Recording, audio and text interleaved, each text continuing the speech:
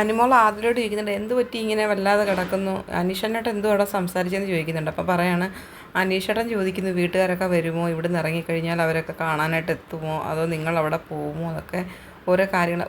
ഇപ്പോഴും ആ ടോപ്പിക്ക് വിട്ടില്ലേ പുള്ളിക്കാരനെന്ന് ചോദിക്കുന്നുണ്ട് നൂറ.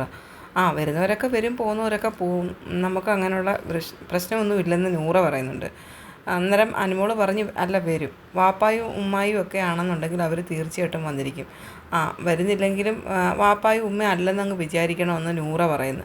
നൂറയ്ക്ക് എന്തോ ഒരു താല്പര്യമില്ലാത്ത കണക്കുള്ള സംസാരമാണ് സംസാരിക്കുന്നത്. പക്ഷേ ആതിരയ്ക്ക് കുറച്ചും കൂടി വീട്ടുകാരുടെ കാര്യം പറയുമ്പോഴുള്ള ഇമോഷൻസൊക്കെ വരുന്നുണ്ട്. പക്ഷേ ഒരു റിയാക്ഷനും ഇല്ലാത്ത കണക്കുള്ള ഒരു സംസാരമാണ് നൂറയുടെ. നൂറയ്ക്ക് ഇങ്ങനെ ആടി പാടി നടന്നാൽ മാത്രം മതി, വീട്ടുകാരാകുമ്പോൾ ഇച്ചിരി സ്ട്രിക്റ്റ് ആവത്തില്ല, അതുകൊണ്ടായിരിക്കും. നൂറയ്ക്ക് എത്ര താല്പര്യമില്ലാത്ത കണക്കുള്ളൊരു സംസാരമാണ്. അത് കഴിഞ്ഞിട്ട് ഇന്ന് പണിപ്പൂര ടാസ്ക് നടന്ന സമയത്തും നൂറയുടെ വീട്ടിൽ നിന്ന് കൊണ്ടുവന്ന ഹോം മെയ്ഡ് പിക്കിലുണ്ടെന്ന് പറഞ്ഞപ്പോൾ നൂറ പറഞ്ഞു, ഒന്ന് പോടെ ഇറക്കുക എന്ന് പറഞ്ഞാൽ നൂറയ്ക്ക് എത്ര ഒരു താല്പര്യമില്ലാത്ത കണക്ക്, അങ്ങനെ വരാനും സാധ്യതയില്ലെന്ന് നൂറയ്ക്ക് അറിയാമെന്നുള്ളത് കണക്കാണ് നൂറ സംസാരിച്ചത്. ആ സമയം ആദിൽ അത് കേട്ടപ്പം ഒന്നും കൂടെ വായിച്ച് നോക്കി, നൂറയുടെ വീട്ടിൽ നിന്ന് തന്നെ ആണോ എന്നൊന്ന് ഒന്നുകൂടെ നോക്കിയെന്ന് എടുത്തെടുത്ത് ചോദിക്കുന്നുണ്ടായിരുന്നു ആദില.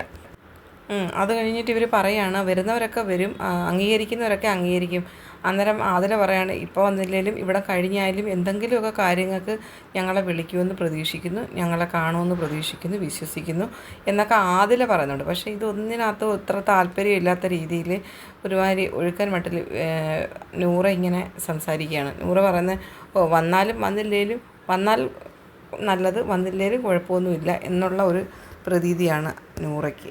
ഈ ബിഗ് ബോസിലേക്ക് വന്നത് തന്നെ രണ്ടുപേരുടെയും വീട്ടിൽ നിന്ന് പേരൻസ് എന്ന് കൂട്ടിക്കൊണ്ട് പോകുമെന്നുള്ള പ്രതീക്ഷയായിരുന്നെന്നാണ് ഇവർ ലൈവിലൊക്കെ പല പ്രാവശ്യവും പറഞ്ഞിട്ടുള്ളത്. പക്ഷേ രണ്ടുപേരുടെയും പ്രതീക്ഷ അസ്തമിച്ച കണക്ക് രണ്ടുപേരുടെ വീട്ടിൽ നിന്നും ആരും വന്നിട്ടില്ല, ആരും ഒന്ന് വിളിച്ചും സംസാരിച്ചിട്ടില്ല ഇതുവരെ.